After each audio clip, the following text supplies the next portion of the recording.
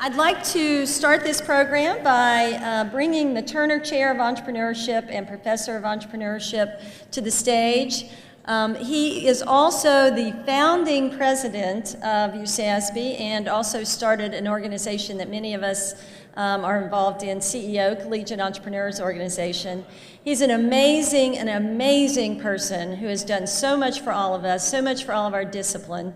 He just keeps going like the Energizer Bunny, and I'm always impressed with what he's doing. And he's our historian this year, and we're doing something really exciting, and he's going to take a couple of minutes and tell you about that. Please help me welcome Professor Jerry Hills to the stage.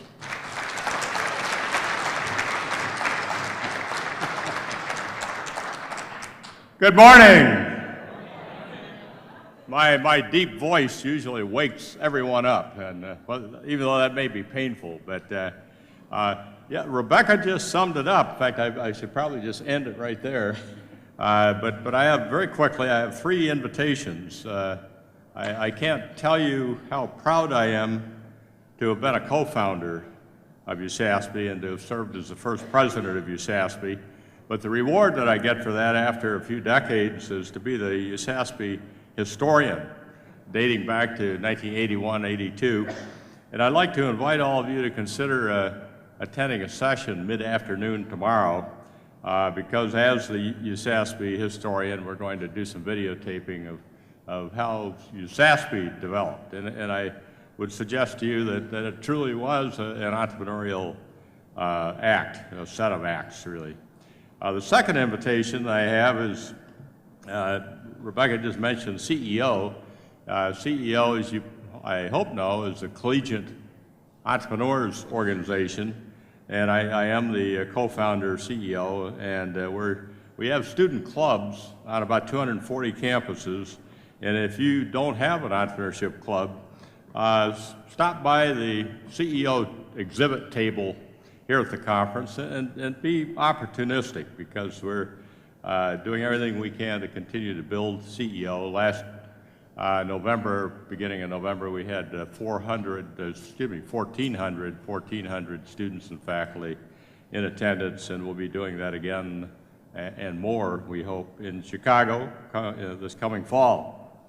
I would like to just take this opportunity to mention a historical development. I think I'm a bit biased, but 2 years ago, Mike Morris, the past president, recently the past president of USASBE, Oklahoma State, heading up a fantastic program, he announced that they had created the first school of entrepreneurship, And I'm pleased to announce the second school by my university now, Bradley University. It's not a center, it's not a department, but we have, the Board of Trustees now has approved a school of entrepreneurship and innovation, and you'll be hearing more about that. But I would like to invite you to dig into your conference bag, take a look at the information we've provided on this new school, and I do report directly to the provost, which is pretty unusual. But take a look at that and tell us how we can do it better. Thank you very much, and Rebecca, thanks for that little commercial in advance there. Great, thank you. Thank you, Jerry. And I do want to take a quick second and do my own little commercial. Jerry mentioned CEO, Collegiate Entrepreneurs Organization. And at the end of, or at the beginning of next month, February 1st and 2nd, we're going to be holding a regional CEO conference. It's called SEEK, Southeast Entrepreneurship Conference, at Tampa. And I do hear that there's some cold weather up north, and it's usually pretty nice in Tampa, 1st and 2nd of February. So we'd love to see some of you and your students there. You can find out about it by going to SEEK, S-E-E-C, Tampa.org, and check out the conference. Love to see you there, love to see some of your students there. I have the pleasure of introducing our sponsor for this session. We're very blessed to have many years of sponsorship and support from NCIIA. This is an organization that is an alliance of faculty and students to promote innovation and invention on campuses. And they do a wonderful job. They've got great grants and other fabulous programs. I was just learning about one of their new programs. It's something that our campus is involved in, and I encourage all of you to consider becoming members and being involved if you're not already. We have the pleasure today of having the executive director of that organization, and also I learned someone who's been a successful entrepreneur. And the really cool thing about at least one of his entrepreneurial ventures is that he started that as a student with his team and with his advisor. They started a very successful biotech company that then later went public. So it just shows what we can do with our students. Please help me welcome to the stage Phil Wallerstein from NCIAA.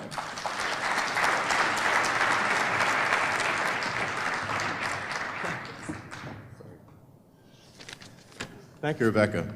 Good morning. Very pleased to be here with you. We at NCIA have been sponsoring USASBE for 11 years.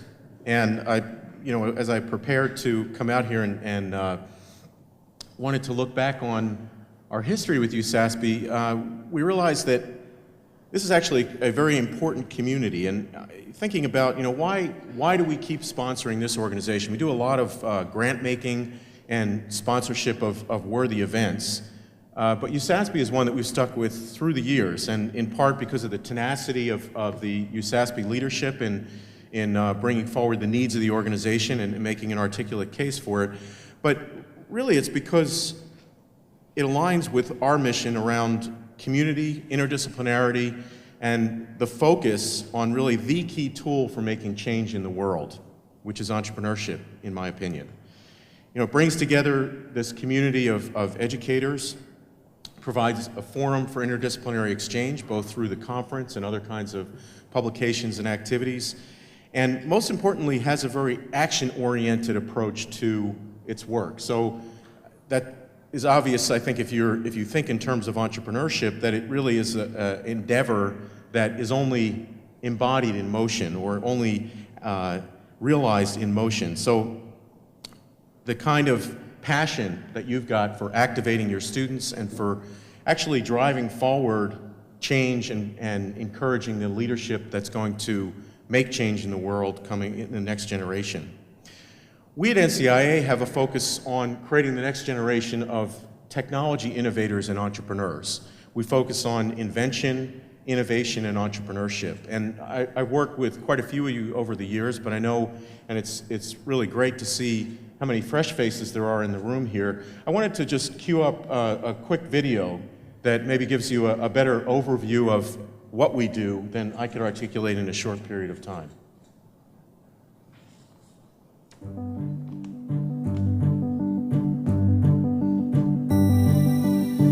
The National Collegiate Inventors and Innovators Alliance is a not-for-profit that focuses on stimulating and supporting technology, invention, innovation, and entrepreneurship in universities and colleges across the United States and around the world.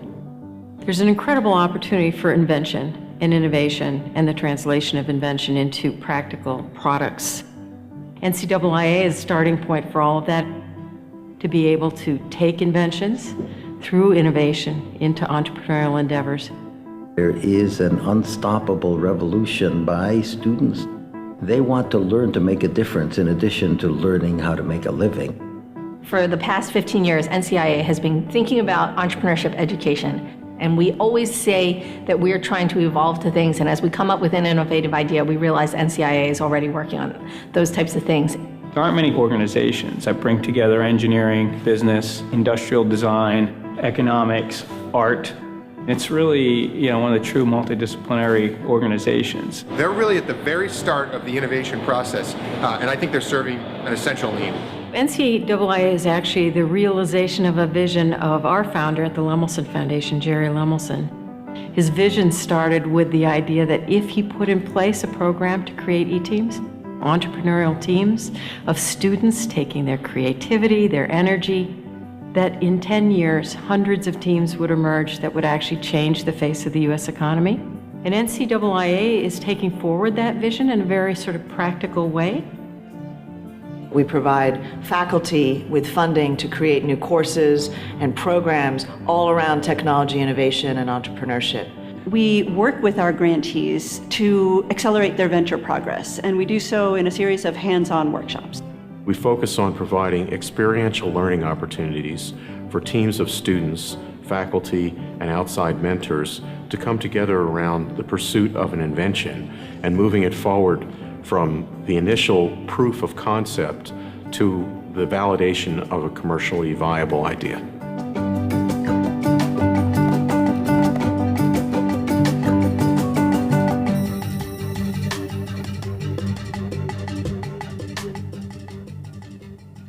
So I look forward to having an opportunity to talk with you here or electronically after the meeting about how we might be able to put our resources behind your ideas and the good ideas of your students and colleagues. We have a wide variety of different ways to engage with us. In brief, we have grant programs that provide support for the creation of experiential science and technology focused entrepreneurship activities by students, this E-Team model that you just heard about. We do programming. We have an annual conference coming up in March in Washington. If you and your colleagues are interested in seeing models for taking scientific and research ideas and moving them forward into practice, there would be lots of great examples represented there. And we do programming directly with campuses. One of the programs that we just opened up a new solicitation for is a student ambassador program, and there are a number of institutions here in the room that have signed up for this. It enables you to empower your students, provide them with tools, and essentially set them loose on your campus to try and stimulate and support innovation and engage their colleagues in the development of events, in the development of new ventures, and the creation of a more entrepreneurial culture around innovation and scientific research. So I look forward to having a chance to talk with you and to hear what kinds of good ideas you're working on. But I'm here actually to have the distinct pleasure of introducing Steve Blank, who is a friend and colleague. We've been working together on some just phenomenal programming over the past year or two. And I think having Steve here as a keynote speaker really exemplifies the embrace that USASBE has of the evolving nature of entrepreneurship education. And the recognition that the role of a professional society like this is not to protect the status quo, but rather to enable healthy change. So I'm really happy to be able to introduce Steve to you because he embodies so much of what is great about this country and about entrepreneurship. And Steve came from modest beginnings. He's sort of a American success story as an entrepreneur. But to me, what really stands out, among all of his business successes, he's been the founder of 8 successful tech ventures. His investment leadership and vision around creating models for enabling startup companies to get going, and his civic service. He actually rushed up here last night from a meeting of the California Coastal Commission, which actually is something that he's very deeply involved in. Or in the area that we've been working very actively with him on in working to improve our nation's science and technology entrepreneurship ecosystem. Steve is always pushing the boundaries. He's an accomplished entrepreneur, but he's also an educator. He's been teaching entrepreneurship here in Silicon Valley at Berkeley, at Stanford University, and then has begun to export his methodology, first by teaching at other institutions like Columbia University, and as you'll hear in a few moments, at many, many other places around the country and around the world. We've been fortunate to work with him on a program called I-Corps, which Steve, I think, is going to talk a little bit about this morning, a National Science Foundation program to stimulate and support technology innovators, and really a very different paradigm for educating and preparing people who didn't know that they wanted to be entrepreneurs to be effective as entrepreneurs. He's the author of some very important books in this area, and very generously has provided some copies of his latest book, The Startup Owner's Manual, but you may be familiar with his 4 Steps to the Epiphany, which was a book that really brought some important new ideas to the fore. His books are readable, but they're designed to put people on a pathway to pursue their vision, and to do it in a way that recognizes that what you need to do is rationalize what often seems like an impenetrably chaotic process of going from an idea to a business opportunity. So I'm looking forward to continuing to work with Steve on our multiple collaborations, on national training programs, on developing innovative and radical new ways to engage innovators and entrepreneurs in taking ideas forward. And I'm hoping that what you hear this morning will open your mind to some of the opportunities to adopt and adapt some of Steve's methodologies. You're really in for a treat this morning. Please join me in welcoming Steve Blank.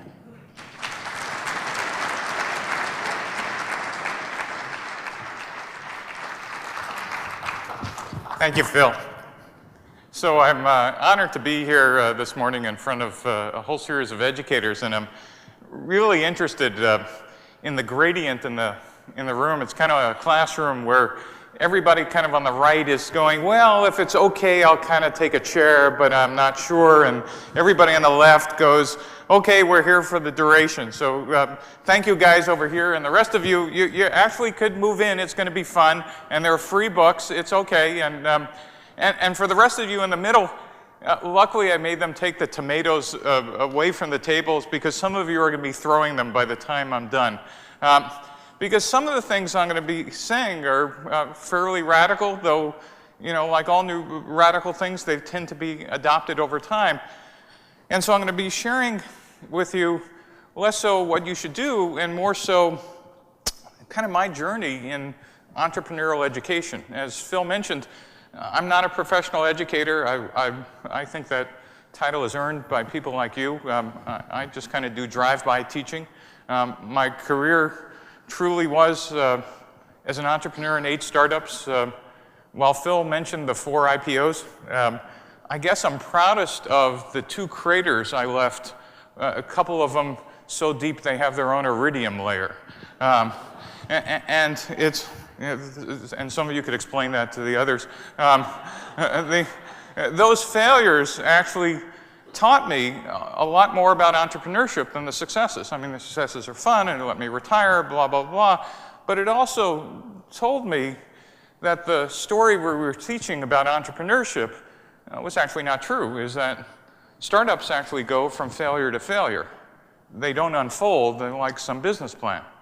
And so I just want to share with you some of the learnings I did when Jerry Engel at Haas Business School in the Lester Center invited me to guest speak about 10 years ago.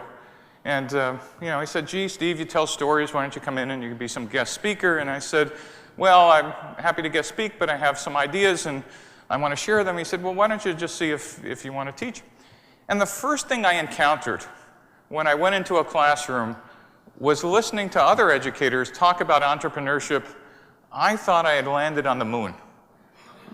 Because remember, I come from a practitioner's world in Silicon Valley, where in fact entrepreneurship equaled that you woke up every morning thinking you were going to take over the universe and start $1 billion company. That's what entrepreneurship was about. And I very quickly found out that not all startups were alike. Now, at least what I used to believe, maybe everybody else got it, but what I used to believe that there was one type of startup and one type of entrepreneur. And I very quickly learned that there were multiple types of startups. And so I put together a taxonomy for me just to kind of explain what it is that I was seeing. And so for me, I finally figured out that, gee, there's lifestyle startups where you're happy to not work for someone else, but you work to live your passion. And I live near the coast here in California, and the canonical example are surfers, you know, who would, if they could, spend their entire life in the ocean, except they figured out they have to eat and pay the rent. So, you know, they have put up a little sign on their surf shack that says, surfing lessons 9:15 to 9:45. You know, get enough money to kind of eat and live and then go surf again. And truly, they serve known customers with a known product, but they're working for their passion. But I will contend, when I finally figured it out, yeah, they're entrepreneurs, and they're doing startups. There are also social entrepreneurial startups, and they either solve pressing social enterprise problems, but they are a profitable organization, or they're doing social innovation. They're working on strategies, and these are typical NGOs. And their goal of a social startup, their end goal on the right, is to become a large nonprofit. Then there are small business startups. My parents were immigrants in the United States. Their goal, after working in sweatshops in the Lower East Side of New York, was to open up a grocery store. That was their goal. That was their dream of the United States. And they finally did it, and my sister and I, when we were tall enough not to fall into the pickle barrel and get fished out, which I did, is, you know, to have a startup that could grow to the right to a small business. Again, they were serving known customers with known products, and their goal wasn't to take over the universe. Their goal was to feed the family. And their exit criteria from success to failure, that is to go from a startup small business to a small business, is they needed to find a business model that was profitable. And that is, did they have the right mix of products? Were they advertising correctly? And were they pricing it? And maybe if they made $500,000 in their entire lives, was considered a success. And their goal wasn't to go public. It wasn't to open a chain of grocery stores. It was to feed first our family and then our extended family. And what's really interesting about small business entrepreneurship is that there are 5.7 small businesses in the US, less than 500 employees. It makes up 99.7% of all the companies in the US are small business entrepreneurs. Over 50% of non-governmental workers are small businesses. So another type of entrepreneurship I didn't even appreciate when I started teaching. It's this group. Because in Silicon Valley, when we think about entrepreneurship and when we talk about entrepreneurial education, we actually talk to a very different group. And it's these guys, scalable startups. To me, a scalable or high-growth startup is designed to grow big. And one of the key differentiations, besides the size and scale, is that it needs risk capital, which we typically call venture capital or angel funding. And it's when Silicon Valley says startup and entrepreneur, we're talking about these guys. And the goal of a scalable startup is typically to solve for unknown customers, unknown features, and the exit criteria here to go from a startup to a large company is you're looking for a business model, you're looking for large markets, $500 million and above, and it could grow to $100 million a year.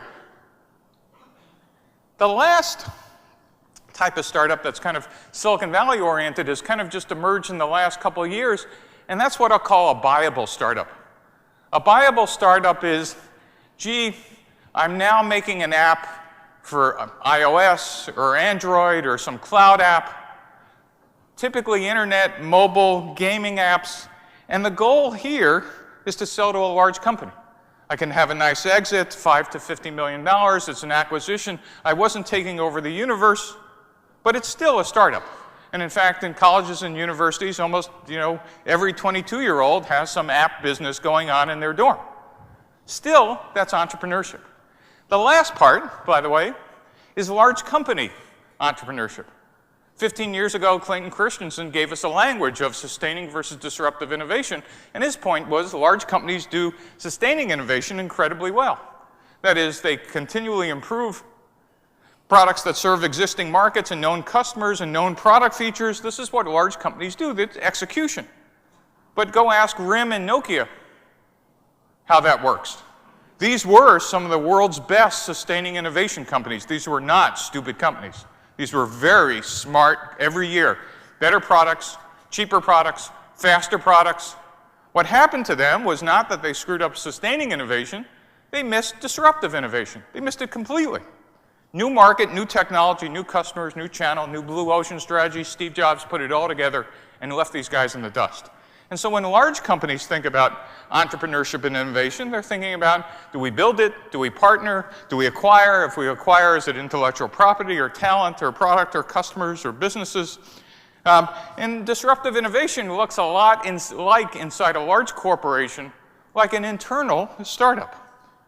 So the reason why I just start with this is there are multiple types of startups.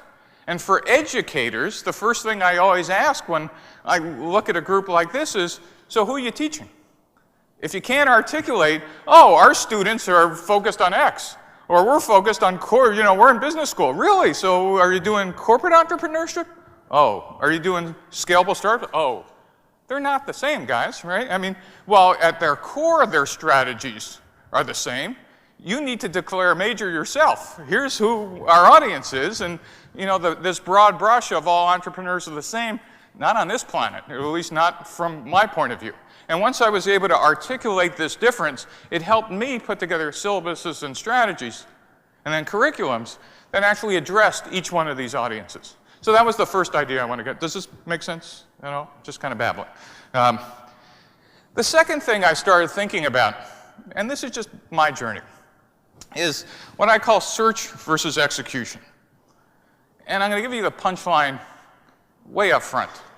And this is just maybe my ignorance, as my wife reminds me a lot, because every time I come up with these ideas, she would say, well, if you ever would have went to business school, Steve, you would have known this. So maybe this was obvious to everybody else, but when I started teaching, all the curriculums and books and texts about entrepreneurship kind of treated startups as smaller versions of large companies.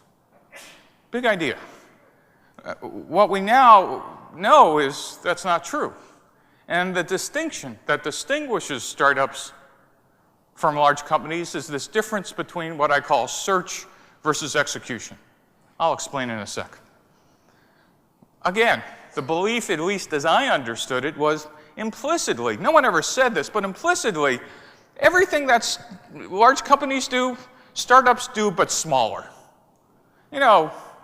They hire these types of people, we hire these types of people. They do accounting, we do accounting. They write business plans, we write business plans. What we now know is that startups search for something, and large companies execute. This is a huge idea. Even though it doesn't make sense yet, you should write this one down. Startups are all about search in its first year or two. Large companies get large and larger because they're proficient at execution. Startups get to exist because they've figured out how to search and find something. I'll explain what in a second. What we used to believe in strategy for entrepreneurship is that you start with an operating plan and a financial model. And I don't know if any of you have ever taught how to write a business plan. Anybody ever teach this? Right?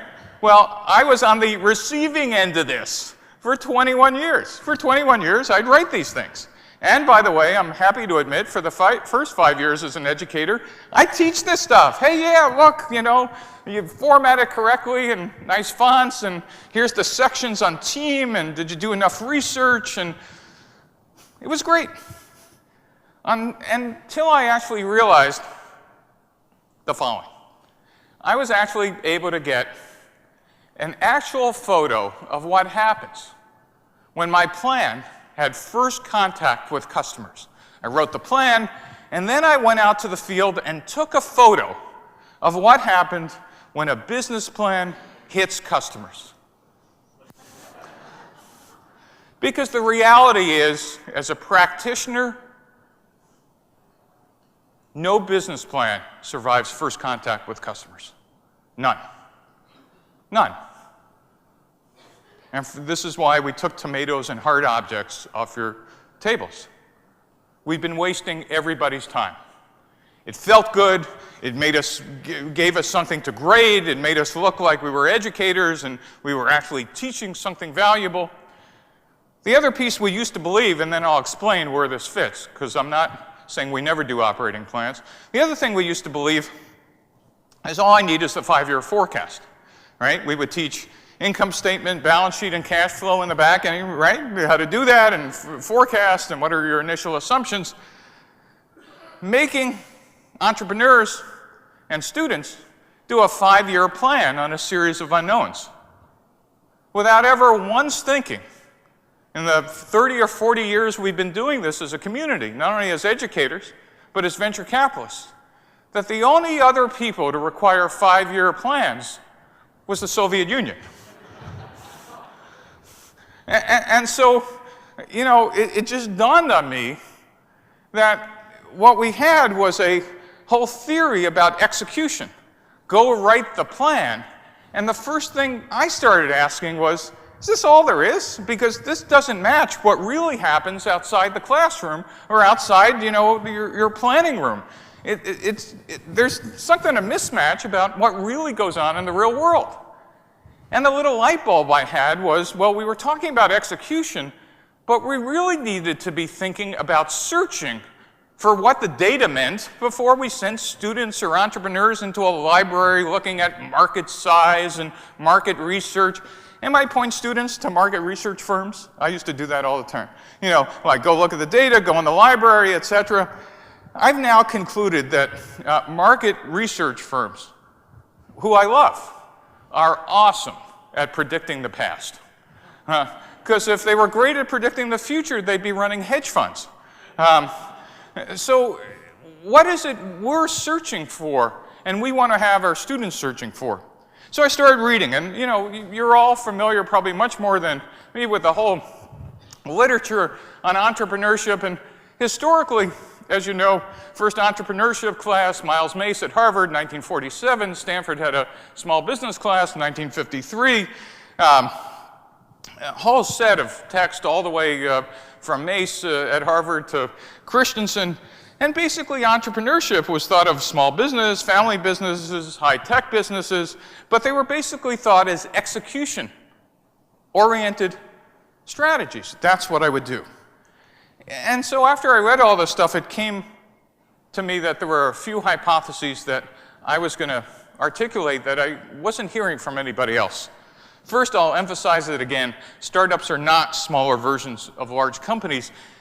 What large companies do are execute known business models. And now I'm going to insert the word business model, which I'll define a little later. But what startups are doing is they're not executing known business models. Startups are searching for unknown business models. Huge concept. Large companies got large because they found the model they could execute. Startups on day one are searching for them. Now, this helped me solve something else. I was a practitioner for 21 years, and if someone would have asked me, what's a startup? I would have said, well, that's obvious. It's the place where you bring your dog and get free food. And as an educator, then I learned, does anybody remember the Harvard definition, not enough resources? Does anybody remember how that went, right? I mean, that was the one I learned. And it sounded good, and I got to put it up for a couple of years in front of my students before I realized, well, that's cute, but I still don't know what I do at the end of that. So I came up with one which I thought was a lot more actionable. First of all, a startup is a temporary organization. Huge concept. There's no such thing as a 10-year-old startup. There's a 2-year-old startup attached to an 8-year-old failure.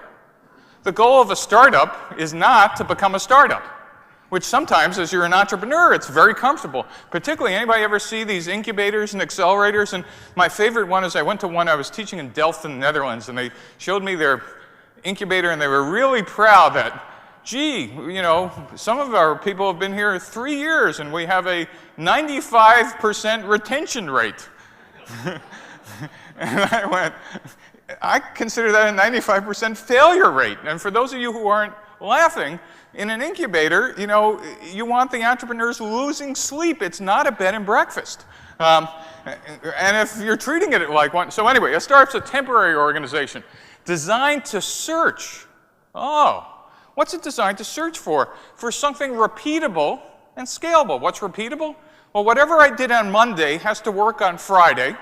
And scalable, if I put an input of $1 in, I need some multiple of, whether it's users or revenue or whatever, coming out the other side. Business model. So a startup is a temporary organization designed to search for repeatable and scalable business model. And again, we'll go back to what a business model is in a second.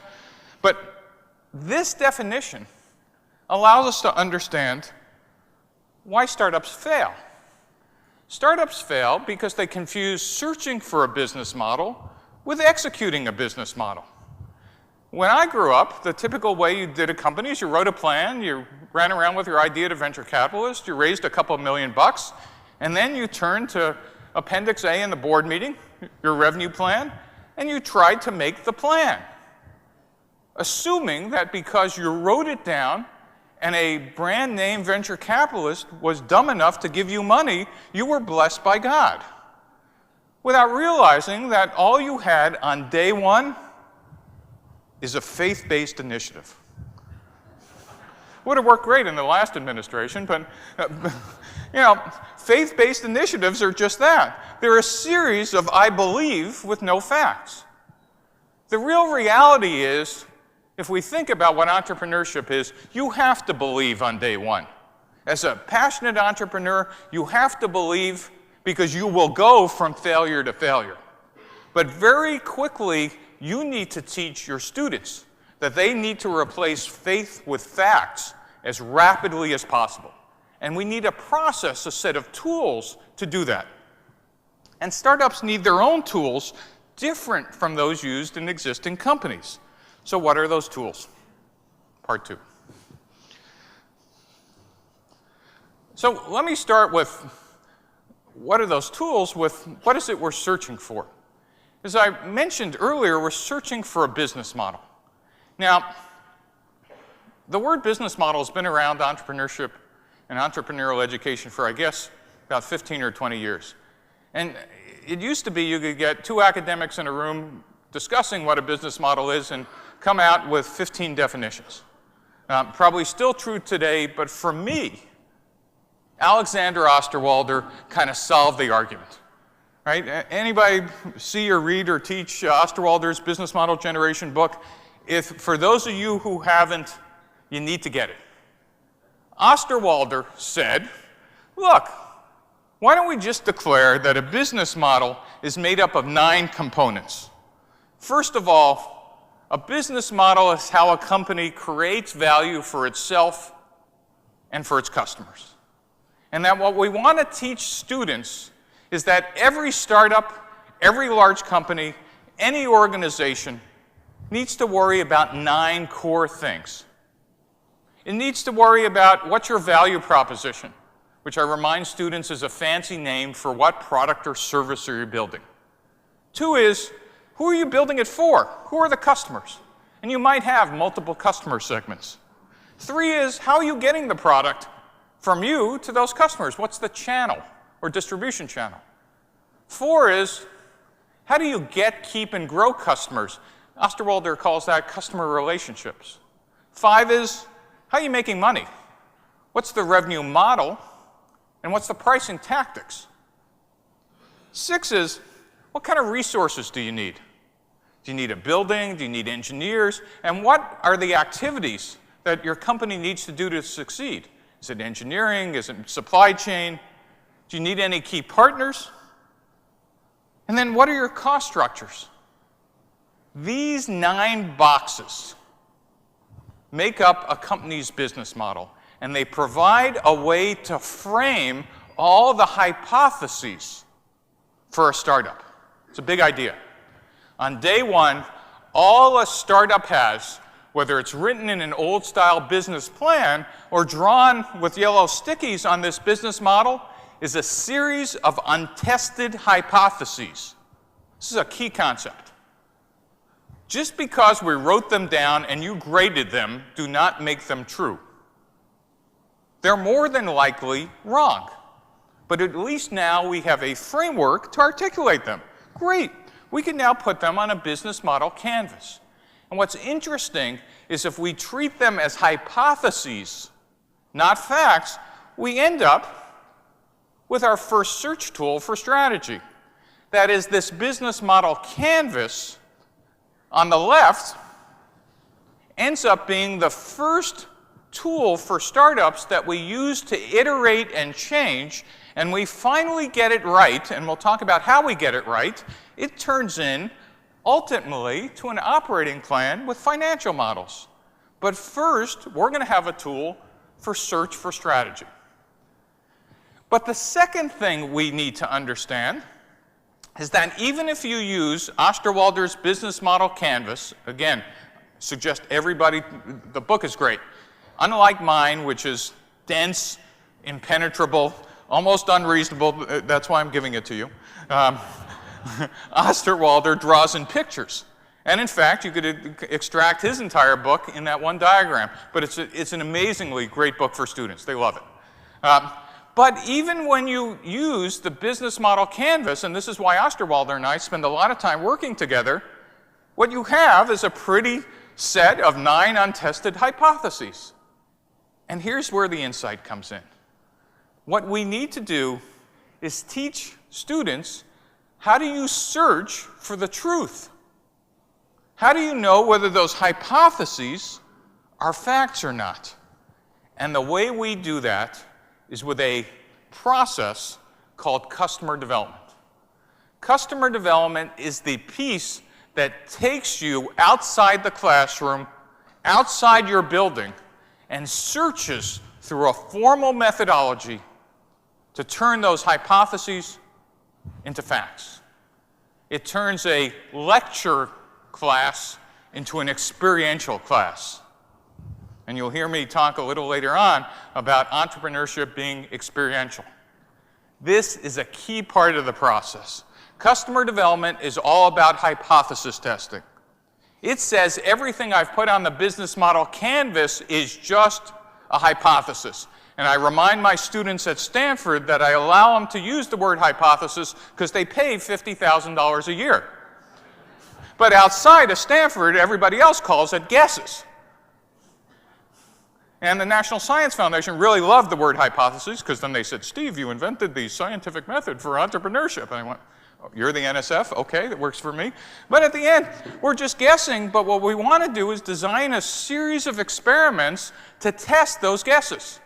So, okay, I believe my customers, for example, I believe my customers are teens in urban areas 13 to 18. Well, how do I test that?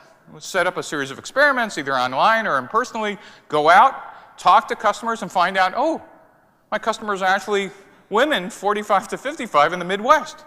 Well, that's interesting because now I run a test, I get some data, but more importantly, I get some insight, and I run another experiment until I validate. The other interesting part, how many of you heard the word pivot? We can now define pivot for you. A pivot is when I'm outside the building talking to customers about any of my business model hypotheses, I discover, oh my gosh, excuse me, they're wrong, which will happen more often than not. A pivot is defined as a substantive change to one or more of the business model canvas components. So I discovered my customer segment was wrong. And hey, I figured out who the right one is. I just made a pivot. I just discovered my pricing shouldn't be a subscription model, it should be kind of a direct sale. Or my channel should be, instead of affiliate, I should have a direct sales force. Anytime you get those insights, that's called a pivot. Now, here's the interesting observation about why the word pivot resonates so well with entrepreneurs and practitioners. Anybody ever do a startup? Anybody in the room, actually? Some of you. Let me tell you what used to happen all the time. You'd start the company, you go to first customer ship, and blah, blah, blah. You'd have a board meeting after the product launch. Everybody be high-fiving because you got some great press. There was a great party, and whatever. The VP of marketing's happy. And no one would be talking to the VP of sales. They're just all happy. Next board meeting, turn around, and someone asked the VP of sales, so how are we doing per the plan? And she'd say, great pipeline. Some of you are laughing. Again, the others can explain it to you. It just meant not really well, but you know, look, I'll tell you it's good because I'm a salesperson. And this would repeat multiple times until finally one day, depending on the economic conditions, it might be 6 months or 3 years, you open the door of the boardroom and you smell because the stench of death is in the room. And you notice that no one's sitting next to the VP of sales. And the minute she says pipeline, poof, pile of ashes shows up and a new VP of sales shows up. And all of a sudden, the new VP of sales said, you know, that last strategy, idiotic. We're going to do a new strategy because the last one didn't work. Guess what you just did? A pivot. Hair should start standing up on the back of your neck. We used to pivot startups by thinking that failure was exceptional and that it was the problem of a single individual. Now, it might have been, but we kind of now know as practitioners that the reality was our initial assumptions about our hypotheses about our business model were simply wrong. A pivot implicitly says we're firing the plan before we fire an executive. It's a huge concept and makes us both more efficient and embraces this notion of change. The thing we need to be careful of is now, you know, a pivot is actually turning into an excuse for attention deficit disorder for young entrepreneurs, but that's a different problem. So basically what happens is we now have a customer development process which for a while was paired with waterfall development for engineering, and that fed into execution. And once you found a repeatable process, you then hired product managers. And by the way, the other insight we had is when I was an entrepreneur, if you would draw this little sketch on a napkin and show it to VCs, they'd go, well, of course, this is how you launch companies. You have a concept, you do a seed round, you do product development, alpha test, beta test, first customer ship. Anybody ever see this or draw it or teach it? Why, of course. And in fact, if you were smart, you'd say, listen, this is how I'm going to do my marketing plan. You know, when product development is working, I'm going to create the marketing communication materials and positioning, hire a PR agency, early buzz, create demand, launch, and brand the product. Why, of course. And then I'll hire a first sales VP. Hopefully I'll get an experienced sales VP, and she has a world's best Rolodex and great contacts from the last industry, and she'll build the sales organization, turn for launch. And biz dev, I'll hire them, and I still don't know what they do, but they'll do something for first customer ship. They'll typically do partnerships. And then engineering will write market requirements documents, go into waterfall engineering. I'll hire QA, quality assurance, and technical publications. And in fact, this is how we did startups for 20 or 30 years in Silicon Valley. This canonical product development process was actually copied from large companies. Turns out it's wrong. Turns out what most startups do today is not this waterfall process, which is requirements, design, implementation, verification, and maintenance. We actually use agile engineering. Any of you familiar with agile? Agile basically says, instead of speccing the entire feature set of the product on day one, we're going to deliver and build products incrementally and iteratively. Think about this.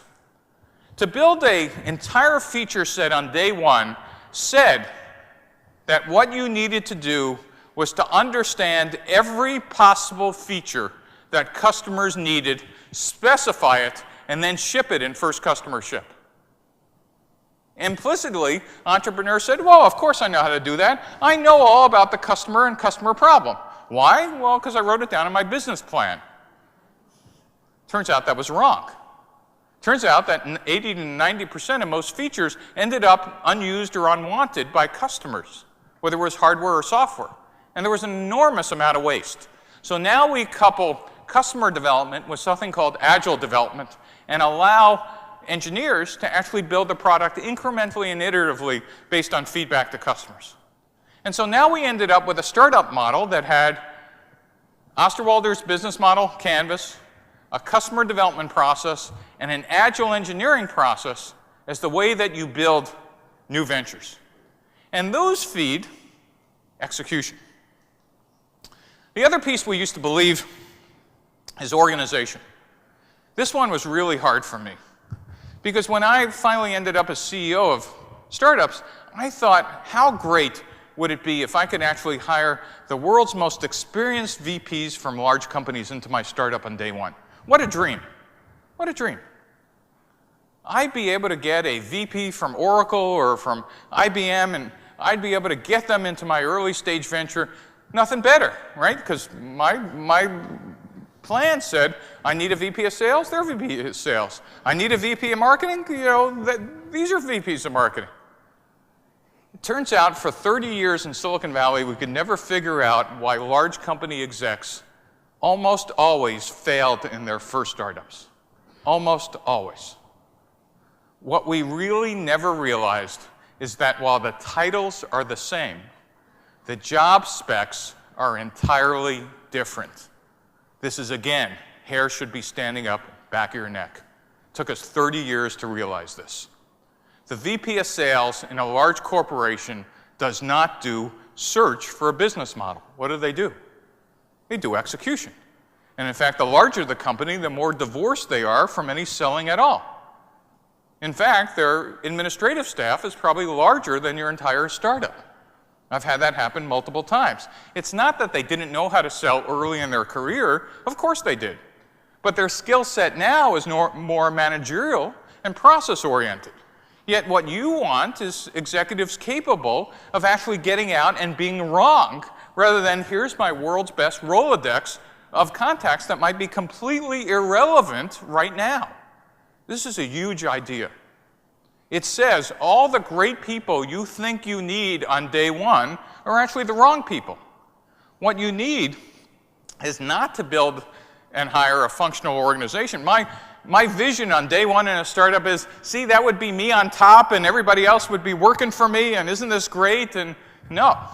Turns out I've done this a lot, and it's the world's worst thing to do. What we now know for organization is you're actually building a customer development team to get outside the building and search for who are my customers? What is my revenue plan? Who are my partners? You need individuals who are comfortable in chaos and uncertainty. Let me say it again.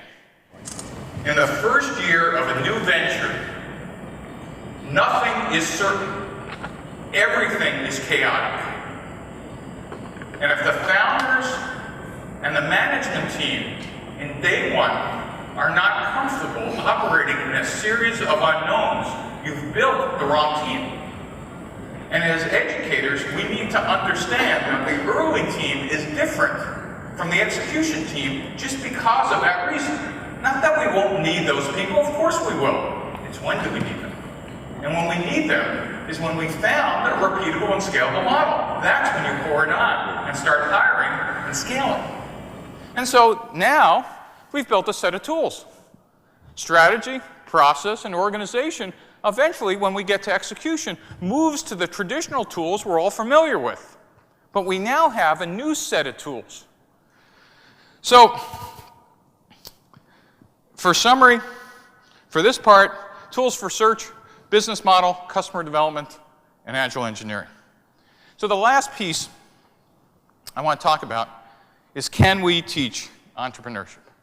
It's a funny question to be asking all of you, because hopefully you've answered the question, but you know, I come from a very different world. I come from the practitioner world, and you know, when to my friends I went over to the dark side, they all kind of laughed. Steve, you can't teach entrepreneurship. You know, you were a born entrepreneur. How can you do that? I mean, how can you sit in a classroom? And you know what? Actually, as I was teaching it, I'd be pondering this question for years, because I thought it was a valid question. And I finally realized that it wasn't a valid question. The question's just wrong. I realized that it's not can we teach entrepreneurship, it's, in my point of view, who can we teach it to? I believe we can only teach it to those who volunteer. Entrepreneurship is like art. And I think we've been making a big mistake in thinking that it's like the rest of the business school curriculum. Entrepreneurs, successful entrepreneurs, are those who, while they might have a great grounding in theory, are passionate visionaries. These are people who will die to get into your class. These are people who will be like failing in fact, my test certainly at Stanford, because these are the most overachievers you've ever seen, is if they're getting B's in the rest of their classes because they're working 24/7 in their startups in their dorms and mine. Those are the people that you're looking for, at least for me. So for me, as I'll talk a little more about the analogy with art, I think you could teach it to those who volunteer. And what we used to believe is entrepreneurial education was about execution. At least, as I said, I used to teach how to write a business plan for years, and I just found out, not only is that wrong, I think it's destructive. I think it teaches all the wrong things and all the wrong tools. I think we now know that entrepreneurial education begins with a search for the business model. I think for me, I trace this back to the business school curriculum, which, as you know, Harvard in 1908, first graduate curriculum in business school, was kind of a concatenation of everything we learned about business in the last couple hundred years, maybe since the Dutch East India Company, and certainly as the United States was expanding from an agrarian nation to an industrial nation in the 1800s, there was a need for a management cadre, and we put together kind of a curriculum that graduated Masters of Business Administration. And as I said, in the middle of the 20th century, we realized that there was a need for, well, what do you do in the front end? And that ended up as a series of entrepreneurship courses, but were focused around execution. And I think I showed you the slide earlier. And so the curriculum expanded in the 1950s, 60s, and to today to include entrepreneurship and small business entrepreneurship. But I believe that really there's a whole nother class of entrepreneurship that's not execution. It's all about the search. And what we really ought to understand is that a good chunk of entrepreneurship is about teaching students about a series of unknowns, and that probably the best way to do it is with a whole nother series of books we ought to be handing them and another series of curriculums. So we think of it kind of like this. I tend to think of startups as being on the left, search, large companies on the right, a little secret box in the middle called build. Let me explain build for a second. Turns out, anybody ever been an investor or invest in any startups, Sam? Turns out there's a secret memo that the people who just raised their hand know about that they never tell entrepreneurs. And that secret memo is when we invest in you, on the left-hand side, that startup side, the odds of you actually seeing that promised land of being the CEO of a $100 million company is less than 20 or 30%. Secret memo says, listen, it works like this. Imagine you're a great entrepreneur. You're great because not only do you have a vision, passion, tenacious, ability to recruit a team, you're now running around the world 24/7, trying to search for a repeatable and scalable business model. Assume that's what I've just funded. And by the way, because I'm a smart investor, I'm happy you running around the world. In fact, run around the world some more. Do crazy things. I don't care, because actually, whatever I value you at doesn't matter. I really know it's zero until you find something repeatable and scalable. And the day you do, you're going to be incredibly proud as that entrepreneur. You're going to come into that board meeting, you're going to find the sport jacket because you want one so the VCs could pin the medal on you. And in fact, you've cleared the aisles so they could have the parade, and you've bought confetti if you're that founding CEO, because you're here to tell your board you have found a repeatable and scalable business model. You walk into the boardroom, you make that presentation, and all of a sudden, you find the board members are looking at you in a way that's making you personally uncomfortable. Any reason why? Anybody know why? All of a sudden, they were more than happy for you to be the person running around, finding the repeatable model, because that's what they hired you and funded you for. But they certainly didn't fund you to run a $100 million company. Now, all of a sudden, you are one of the most valuable companies in their portfolio, and they are thinking about whether you are capable of switching from search mode into execution mode. And the reality is there's a whole series of activities in that transition called build, We don't teach classes for it. We don't tell entrepreneurs about it. It's always a surprise when entrepreneurs saying, okay, where's my medal? You're saying, you know, perhaps we ought to hire an operating exec. And an operating exec is traditionally some of those students we teach from business school who know how to do operating plans, etc. We do a bad job in both the investment side and the education side in actually telling founding CEOs that this build phase comes in. In any case, I wanted to just point out that the traditional business school curriculum, at least what I call the 20th century curriculum, did a great job in addressing the things on the right. But what we've really been missing is the things on the left. Big idea. I just think we need to rethink what is a curriculum from top to bottom with this kind of taxonomy that says, look, searching for a business model is a different set of classes than executing.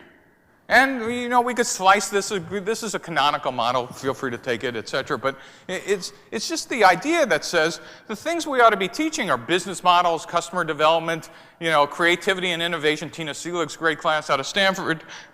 Metrics that matter, startup patent law, things that are unique to early stage ventures, which are very different than things that are unique in companies that are executing.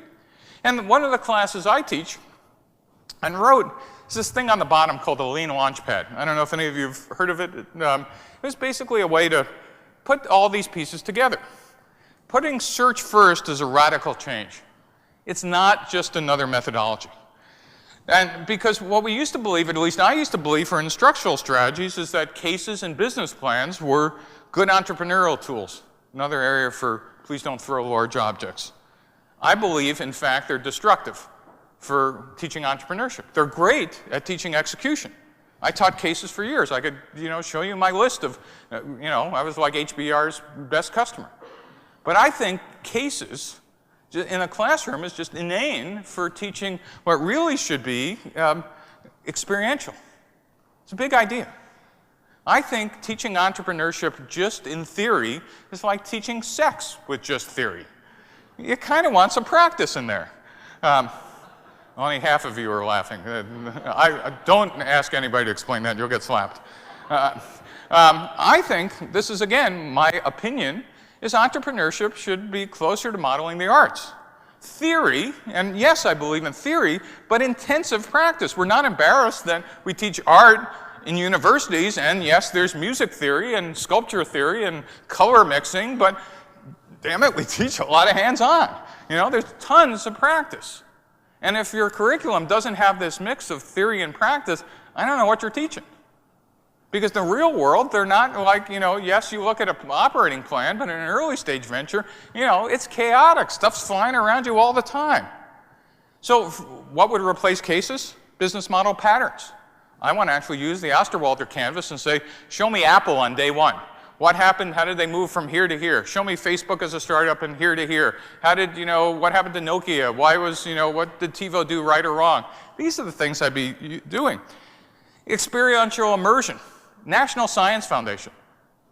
National Science Foundation, average age of the key student, called the principal investigator, 52 years old. These are some of their number of companies they talk to. 40 companies, 70 conversations. Another one, 194 individuals. Total customers contact. We're not talking about phone calls or surveys. We're talking about out of the building in 10 weeks. And I figured if we could get 50-year-olds to do this, we could get 20-year-olds to do this. This is real immersion. So one of the things I did was, when I was coming up with these ideas, I actually wrote, I call it a book, only because it's embarrassing to say they were actually my class notes. And for a decade, they were like unfinished sentences, so, you know, students could actually make up their own ideas if they didn't like mine. But it started what was called the Lean Startup Movement, the 4 steps to the epiphany. And then Jerry Engel at Haas invited me to teach a class. It's called Customer Development, and I started a trend, which I've still continued today, is I always taught with an experienced investor. Here it was first Rob Midalis at Treehouse Ventures, and then I wrote another book, which some of you figured out is actually free. It's actually ballast for the plane. But it's Startup Owner's Manual. It's here. Feel free to take a copy, which was after 10 years putting together everything I knew and is used as a textbook at both Stanford, Berkeley, Columbia, National Science Foundation, et cetera, and then started a class which put all these pieces together called the Lean Launchpad. And I taught it with 2 other venture capitalists, John Fiber and Ann Miraco. Something interesting about this class I learned is, unlike my How to Write a Business Plan class, I realized that 2 things were going on. One is I was wasting a ton of time trying to have them form teams in the class. Anybody have them do that? Boy, that just wastes a couple weeks. So number 1 is application to the class is by team. And 2 is it's by interview. Why? Because I had the luxury, you might not have this one, but I'll just tell you, if you do, I want people who will chase me to the parking lot to get into the class. Right? There are other classes where, they're survey classes. This is not a survey class. This is for people who really want to do the work. As I said, for me, entrepreneurship on a serious level is about those who volunteer. So unless you're willing to show me how passionate you are, and by the way, like everybody else, the first time I did this, I took, anybody accept people on who had the best idea, right? Anybody do that? I used to do that all the time, until I realized, well, wait a minute. If what we're teaching is that your initial hypotheses are wrong, most of those initial ideas don't end up as those initial ideas, so why am I accepting them based on their initial idea? It seemed to be counterintuitive, and it was. So while we're still kind of interested in the subject, I mean, the 400th real estate app doesn't get into the class, we're really more interested in, is this a passionate and committed team? As I said, we teach with venture capitalists. We also have a dedicated mentor per team, somebody from industry or investors. And we built some software called Launchpad Central, now turned into some commercial software you could get on the web, which one of the problems was all we were doing was seeing these teams present every week. Another key component of the class. They had to present what they learned outside the building every week in front of their peers. But there was no way to track how they were doing in between weeks.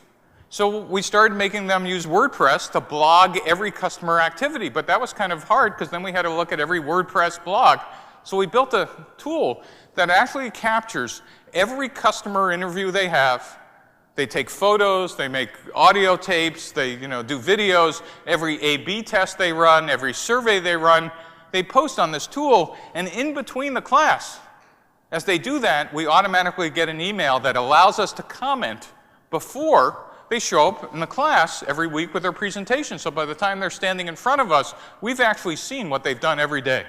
And this allows us to just kind of manage this in a competent way. And National Science Foundation adopted this software because they're managing 50 teams a quarter and just allows us to do this efficiently. And this, by the way, turned into another class. I blogged this class, every session of it, because it was an experiment. And I was last July 2011 driving around Stanford campus. I get a call that says, "Hi, you don't know me. I'm from the US government. We need your help." Yeah, well, it was a double joke because my answer was, gee, the US government got my help during Vietnam for 4 years and you're not getting it again. And they said, no, we're from the National Science Foundation. And I honestly could say, what's that? And there was embarrassment back and forth. And they said, we want you to put on this class because we've been reading your blogs and it's the first thing we've seen in 20 years that actually takes the scientific method to entrepreneurship. We want you to put together a class for us. We did in 60 days. We adopted the Stanford Lean Launchpad class, and as Phil mentioned, with NCIA's help, turned into the National Science Foundation Innovation Corps. I taught it and recruited the first teams. It was my curriculum. And then we trained the trainers, taught University of Michigan and Georgia Tech how to teach it, which are now, I think we turned out 150 teams, or 175 this year, probably 300 to 400 teams. There'll be an announcement I can't talk about probably this month or next about the next 9 universities that will be teaching this as well for the National Science Foundation. It is this Lean Launchpad class. And I co-taught this with a bunch of, again, venture capitalists I recruited to be part of here. It was managed by Phil and NCIA, and still is. As I said, we train the trainers, adding actually 9 more schools this month. And then This was taught at Columbia, at Princeton, it's taught in Japan. Some of you might know the curriculum, the syllabus, the slides are all open source. My gift to you. It's all there, everything you could want. And we also did a 5-day version of the course. I said, what's the smallest amount of time I could teach this in? And so it turns out the 5-day version actually works so well. It's now a core part of the Columbia Business School curriculum. We teach it twice a year in a block week. It's 5 days, 8 hours a day. And we've taught it at Caltech as well. And then, because a lot of the National Science Foundation was taught remotely, here I was giving the same lecture via WebEx every week. Now, I'm not the brightest guy in the room. I was doing this a couple times before. I said, didn't we invent some technology that allows us to put classes online? And isn't, 2012 the year of the massively online something? So I went, how can I not be repeating myself? So I put the lectures on a startup called Udacity.com. Anybody hear of Udacity? Okay. You can now find all the lectures. And as I did it for the NSF, I said, well, wait a minute. Why don't I put all the lectures online, not just the ones for the NSF, and open it to everybody? So in the last 4 months since I opened it up, I now have 65,000 students taking the class. It's on Udacity.com. The lectures are open. You could use them, download them. If you need the videos for free, just contact Udacity. You can have pieces of them or whatever you want. It's all open source. And what happened, by the way, as an unintended consequence, is it's actually enabled for all of you a flipped classroom, which is now how I teach it. That is, the lectures are now homework. That is, I still teach the class in person, but now I just assign the lectures and use the class for discussion. Because now there's the textbook, there's the lectures, there's whatever. Now let's talk about what you learned outside the building. And then for all of you, if you're interested, actually Phil and Jerry Engel said other people are interested in learning how to teach this class, and thank you, Steve, for putting out all your materials, but why don't we train the trainers again? So we offer an educator's class now, I guess, once a quarter. We teach it both on the West Coast, and now we're going to be teaching it on the East Coast in the fall. There's room for 60 educators. The bad news is it keeps getting sold out, and Phil has a problem that I guess is good. And it's run by NCIA, and we train you physically on how to go teach this class.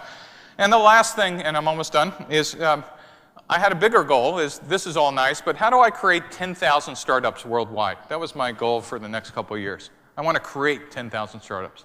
And by the way, to do that, I'm going to have to teach 100,000 entrepreneurs. And I thought about this for a while, and I realized I needed a partner. And so I partnered with a nonprofit called Startup Weekend. Anybody know these guys? All right. They put on 1,000 events in 100 countries, and they've taught already 100,000 entrepreneurs. They were basically started as, how do I do a startup in 54 hours? And they teach it in local communities. If you haven't seen these guys, look at startupweekend.org or .com. But people who've attended their classes said, well, what do I do next? How do I actually learn how to do all the other pieces? And we partnered with them and Udacity and Startup America and Techstars, and we put together now it's a 5-week hands-on course. It's the same curriculum as Stanford, Berkeley, and Columbia, and we're going to offer it in 125 cities in 2013. If anybody's interested, it's called Startup Weekend Next. It's a great, if you're building a ecosystem around your school, it's a great thing to kind of sponsor and also teach at. So in summary, I think we know how to make startups fail less. I think we now know that we need to teach them what I call the entrepreneurial API, meaning the basic interface level. I think entrepreneurs and educators need to know that we've kind of cracked the code. First, we need to teach them about the business model canvas, and a good number of you are doing that. But two is, and again, if Osterwalder was standing up here with me and we do a bunch of joint talks now, he would tell you that's not good enough. That's the theory part. The experiential part is this part, is now forcing them to realize that all they've written down is a different way to look at a business plan, for gosh sake. The nice part is about the canvas is you want to use it as the beginning of getting out of the building and testing the hypothesis. So there's a distinction between theory and the experience. And we want to couple it with agile engineering on how to build the product. So in summary, we've cracked the code, I believe, to teaching entrepreneurship, not how to make people succeed, but how to make startups across the world fail less. And I think that's a big claim we can now make, is that we do know how to make them fail less by giving them a framework that seems to be a lot more efficient than what we were doing. So just in summary, all my slides and syllabus and material are open source. Anything you see with my name on it, feel free to steal. You know, in fact, stolen from Steve is like a brand I like to see. It's all yours. Book is here for free. Happy to give it to you, and happy to help, and thank you for the time. Yeah. All right. Wonderful. All right. Thank you very much, Steve. And I think all of us in this room appreciate all your generosity, all you've done for our discipline. We're using a lot of this at the University of Tampa. I know many of the folks here are as well, so thank you for everything you do for us. Steve has graciously brought books with him and is willing to do signing, I think, for a few minutes afterward, right over here in the corner. Sessions start in a few minutes, but before we go, I want to give you a very small token of appreciation for your time and generosity today. Thank you very much. Thank you, Steve. Thanks. Good job. Sessions at 11 o'clock. Enjoy. See you back here later.